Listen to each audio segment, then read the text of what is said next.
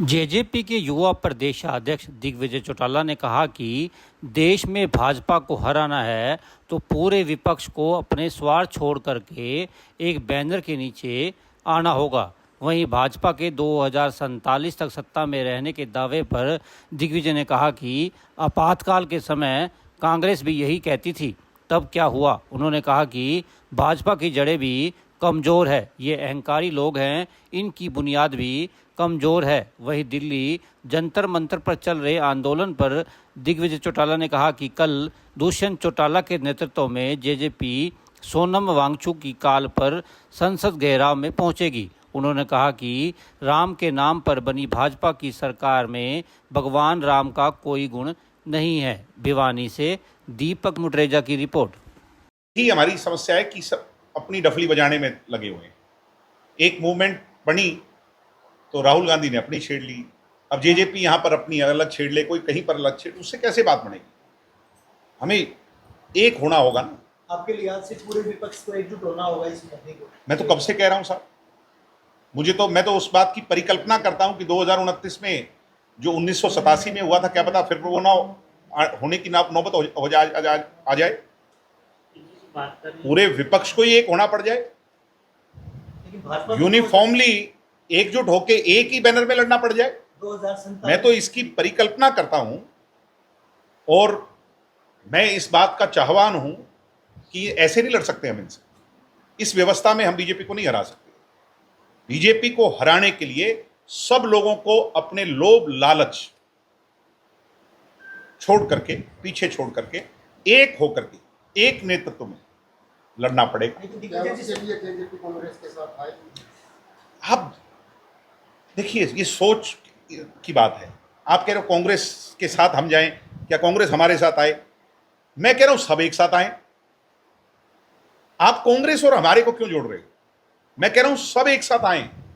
क्यों ना इस हालात को हम होते हुए देखें और बीजेपी को हम हराएं।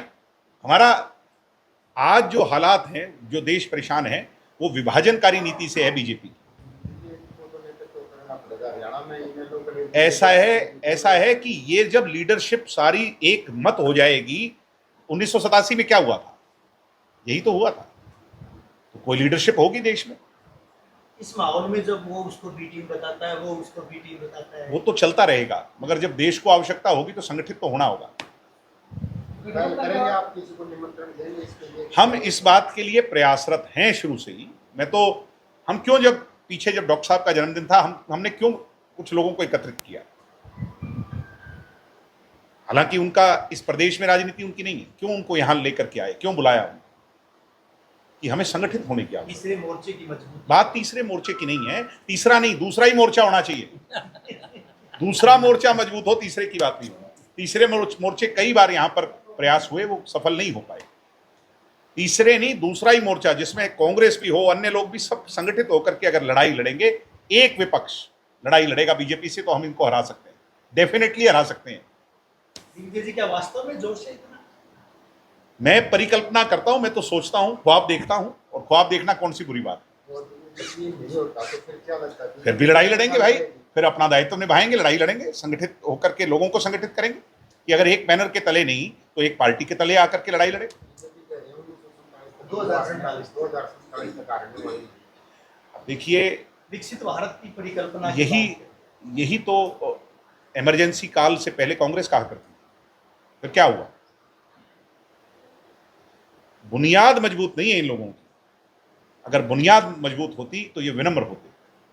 ये अहंकारी लोग हैं। अहंकारी कौन होता है? जिसकी बुनियाद कमजोर हो, नीचे जड़ें कमजोर हो। तो जड़ें कमजोर हैं लोग। गठबंधन का अनुभव अतीत में कड़वा रहा है। 77 में जनता पार्टी बनी, 2 साल 2.5 साल बाद कुछ भी ऐसी स्थिति हुआ। अब कैसे आप हमें डिमोरलाइज कर रहे हैं कि क्या वही होना आवश्यक है कि जो पहले हुआ? मैं वही चाहता हूं, अब अपोजिशन एक होता है तो मजबूती कैसे है? आपको आज के परिदृश्य में विपक्ष की एकजुटता के बिना बीजेपी को हराया जा सकता नजर आ रहा है? मैं आपसे पूछ रहा हूं, आप मेरे से पूछ रहे हैं, मैं भी आपसे पूछ रहा हूं, क्या बीजेपी को हम बिना एकजुट हुए, देश, हरियाणा के, आप हरियाणा पे आ जाते हो बार बार, मैं पूरे देश की बात कर रहा हूँ। कश्मीर से कन्याकुमारी, गुजरात से लेकर अरुणाचल तक सब लोगों को संगठित होकर के इनके खिलाफ लड़ना होगा, इनकी विभाजनकारी नीतियों के खिलाफ लड़ना होगा, पॉलिसीज के खिलाफ लड़ना। एक हाइपोथेटिकल हम व्यक्ति के खिलाफ थोड़ी लड़ रहे हैं, आइडियोलॉजी के खिलाफ, विचारधारा के खिलाफ। चर्चा ये चलती है कि जो परिवार एकजुट नहीं रह पाया वो दूसरी पार्टियों कैसे। अरे मेरे भाई, हालात पता नहीं क्या क्या करवा देता है। दिग्विजय जी, हाइपोथेटिकल सवाल। हम साकारा, मैंने आपको क्या कहा कि हम पॉजिटिव लोग हैं, मगर ताली एक हाथ से नहीं बजती, ताली के लिए दो हाथ चाहिए। हम प्रयासरत रहते हैं कि अच्छी ओर अग्रसर हों, सही दिशा में आगे जाए। एक हाइपोथेटिकल सवाल है दिग्विजय, सपोज कीजिएगा अगर कांग्रेस साथ नहीं आती, क्या आम आदमी पार्टी, बीजेपी, जेजेपी साथ कुछ इस तरह का होगा? भाई हम प्रयास करते रहेंगे कि सब लोग साथ आएं। उसमें क्या होगा, कौन होंगे, किसकी राजनीति कहाँ पर है, किसकी सोच कहाँ पर है, कौन लोग कहाँ पर है, वो सब समय तय करें। पर युवाओं की बात आती है तब धर्मेंद्र प्रधान की स्थिति को निवारण है कि व्यवस्था परिवर्तन किया गया, लेकिन चुनाव की बात आती है तब आप पार्टी का बदलाव चाह रहे हैं कि विपक्ष इकट्ठा हो रहा है, तो वहाँ व्यवस्था परिवर्तन नहीं समझा, नहीं, मैं आपके सवाल को नहीं समझा। सर, युवाओं की बात आती है जब जो परीक्षा मामले को लेकर वहाँ बैठते हैं प्रदर्शन पर दिल्ली में, जो वहाँ पे इस्तीफे की बात आती है तो आप कह रहे हैं कि व्यवस्था परिवर्तन करना जरूरी है, इस्तीफे से कुछ नहीं होगा। और दो इस्तीफा ये डिमांड क्यों है, ये समझो आप। इस्तीफा इसलिए डिमांड है क्योंकि धर्मेंद्र प्रधान जी जवाब नहीं दे पा रहे। समझ रहे हैं बात? इस्तीफा कब मांगा उन्होंने? जब धर्मेंद्र प्रधान जी के पास जवाब नहीं है इस बात का कि उनके 21 बच्चों की जान क्यों गई और आने वाले समय में 2100 ना बन जाए, तो लोगों को चिंता है उस बात। तो हम बार बार यही तो कह रहे हैं कि उस एजुकेशन पॉलिसी का जो भगवाकरण हो रहा है, हमें उससे बचाना एजुकेशन को। बात करें आप कॉकरोच जनता पार्टी, जब सोनम वांगचुक को डिटेन किया गया, उठाया गया जिस तरह से, उसके बाद से प्रधानमंत्री का इस्तीफा मांग रही है लगातार, तो इस चीज को किस तरह से देख रहे हैं? मैं आपसे कह रहा हूं कि इन लोगों की कुर्सी को थोड़ा हिलाएंगे तो इनको असहज महसूस होगा, ये लोग बात करेंगे। अगर वहां पर कल लाखों लोग संगठित हो गए दिल्ली में, तो क्या प्रधानमंत्री को मजबूर नहीं होना पड़ेगा? चैनौत, यहां हमारे गांव में धरना था और प्रधानमंत्री जी को आना था, तो मुख्यमंत्री जी ने कुछ दिन पहले कहा कि मैं किसी भी कीमत पर नहीं दूंगा। तो इनको लगा कि प्रधानमंत्री जी आ रहे हैं, फजीयत ना हो जाए, तो बेचैन हुए ना। इस प्रदेश के राजा की बात भी बदल गई।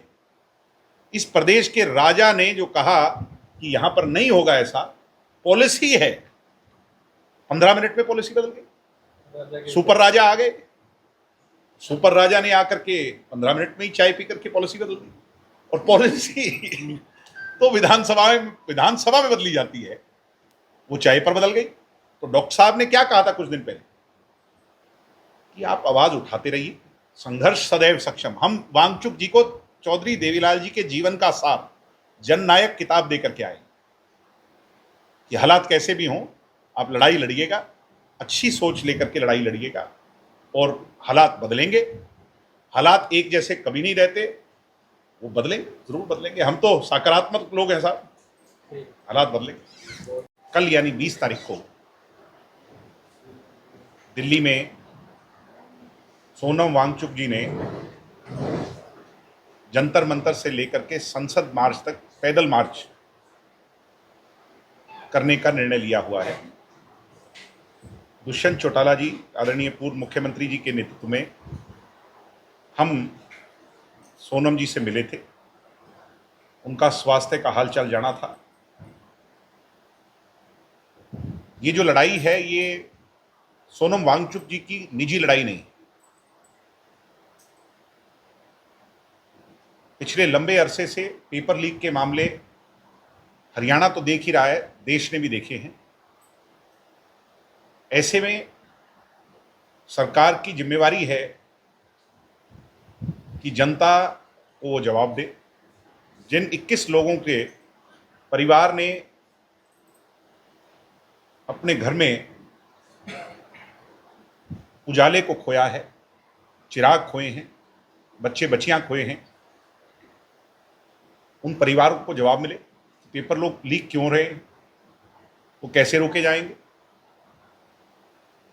उस जवाबदेही के लिए वो अनशन पर 21 दिन से बैठे थे। कल बड़ी पीड़ा हुई कि लोकतंत्र में जवाब तलब करना तो दूर की बात,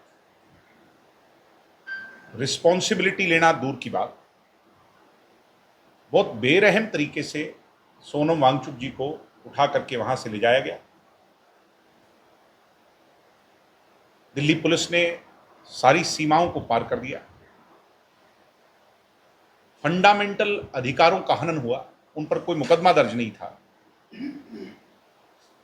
सिर्फ एक ऐसे सुनियोजित तरीके से उन्हें उठा करके और अस्पताल में जबरन भर्ती किया गया है, जिसका सारा देश आज विरोध कर रहा है। लोगों के मन में भावना है, जब जब भी इस तरह का अत्याचार बढ़ा है तो जनता एकत्रित हुई है, संगठित हुई है। और हम भी, क्योंकि लोगों में रहने वाले लोग हैं, जहां भी जा रहे हैं, गांव में जा रहे हैं। मुझे झज्जर में एक गांव में, सालावास गांव में, एक बुजुर्ग ने मेरा हाथ पकड़ करके कहा कि इस मुहिम का मुझे नहीं पता, मगर बेटा तुम्हें वहां जा करके इस बेरहम सरकार की आंखें खोलनी चाहिए। तो मुझे महसूस हुआ कि गांव की अंतिम पंक्ति में जो बुजुर्ग लोग हैं उनमें भी ये भाव है। तो नौजवान पीढ़ी में तो होना है ही, इसमें तो कोई दो राय ही नहीं। तो कल हमने जो प्रोटेस्ट जो इनने कॉल किया है उसका हमने पूरा समर्थन करने का फैसला लिया है। दुष्यंत चौटाला जी के नेतृत्व में कल जननायक जनता पार्टी के हजारों सिपाही दिल्ली में संगठित होंगे। प्रातः 9 बजे जो उनकी कॉल है उसमें संसद मार्च के लिए हम सब भी वहां पहुंचेंगे और फिर उनके साथ वहां से मार्च करते हुए देश की सरकार से सवाल पूछने के लिए संसद की ओर जाएंगे। उम्मीद है कि जो अभी तक नहीं हुआ, 22वें दिन सरकार अपने अहंकार को छोड़ करके वो डेलीगेशन बनाएगी, प्रतिनिधिमंडल होगा जो इन लोगों से आकर के बातचीत करेगा, जो मुद्दे हैं उन पर प्रकाश डालेगा। जिन लोगों ने अपनी जान गंवाई है, भविष्य में ऐसा ना हो, आने वाली नस्ल को, क्योंकि हमें जवाब देना है, तो मुझे उम्मीद है कि सरकार अपनी नींद से जागेगी, अहंकार से छूटेगी। ऐसा महसूस हो रहा है देश में कि राम राज्य नहीं है। राम के नाम पर बनी सरकार जो है, बनी तो राम के नाम पर है, और कहा भी ये गया था 2014 में कि राम राज्य आ गया। बार बार राम का नाम लिया जाता है। राम के मन में रहम था, दरियादिली थी, भाव थे। राम के मन में सबको साथ लेकर के चलने की सोच थी, त्याग था, तपस्या थी। ये राम नहीं हो सकते, ये राम नहीं, ये तो राम के आसपास भी नहीं। ऐसा ही हाल हरियाणा में।